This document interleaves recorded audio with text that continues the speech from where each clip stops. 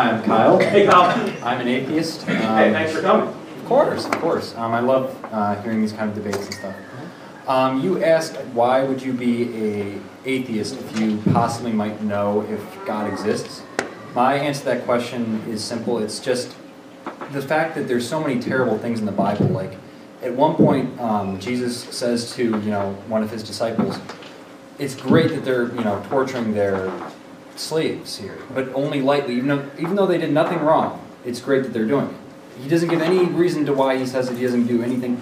I don't understand why you would want to follow such a God. And my question to you is why you would follow such a God. Okay, let's not even look at the context of that passage. Let's just assume what you said is 100% true. Okay? As an atheist, why is that wrong? Why is that wrong? Yeah. Morally, I would think that each and every human being here is the same. We all have the same rights. We all have the same wants and needs.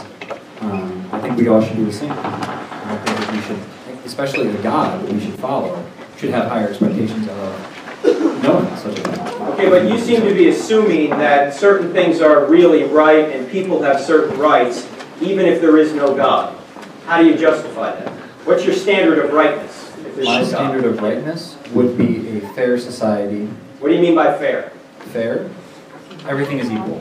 I personally, I have nothing wrong. I find nothing wrong with a communistic state. That's just my opinion.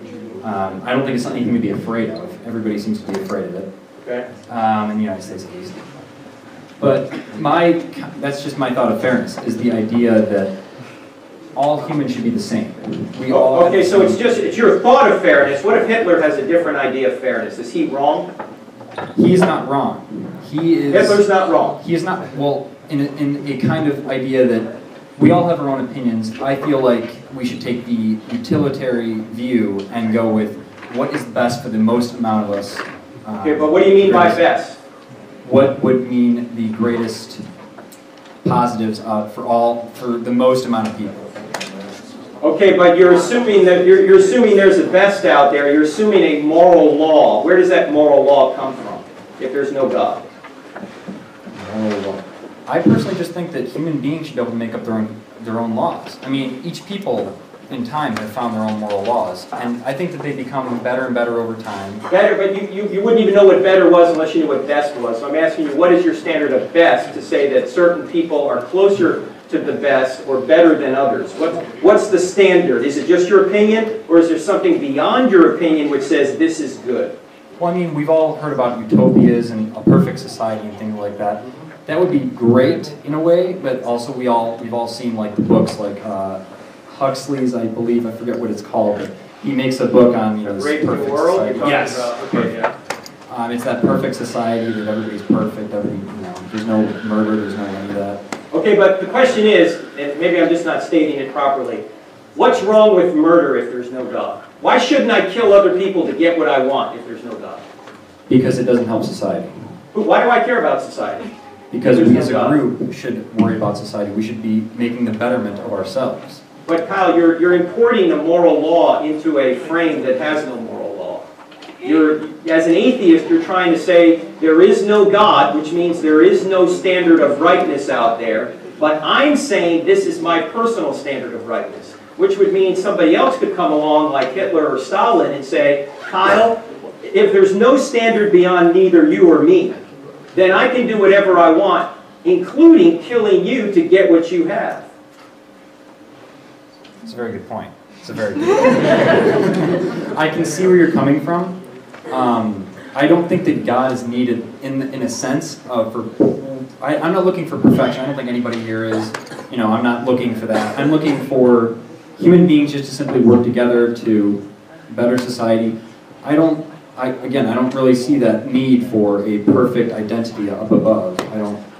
Okay, I mean, I'm not saying that an atheist can't be a good person. I'm not saying atheists don't know right from wrong. That's not my point. My point is that it seems to me it's difficult to justify what rightness is if everything is reduced to human opinion.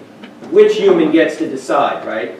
It's subjective then, as Levi was saying before. It's just in my subjective mind. If there's not an external reference to say that this is good and this is evil, then we're all just here and we're fending for ourselves. Now, a lot of people will say, and I appreciate your question, it's a very good question.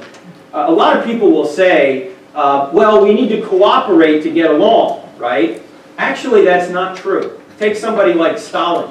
He cooperated with very few people, just his henchmen, and he killed 20 million people to get what he wanted. And then he died on his deathbed at the age of 74, shaking his fist at God one last time. He never paid for his sins on this life.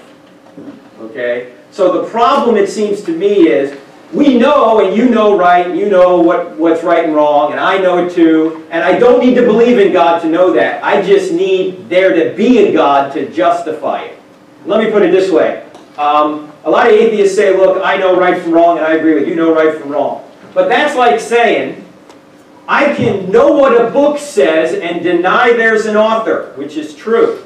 But there would be no book to read unless there was an author. The same is true when it comes to morality. You can know what the right thing to do is and deny there's a God, but there would be no right thing to do unless there was a God. Does that make sense? I guess I can see your point, yes. Let me, if I gave you a book, would you read it? Yes. Okay, good. Before we go, where's Emma? She's back there somewhere. She'll be at the book table. Let me meet you at the book table and give you a book. Thank you so much. Thank you.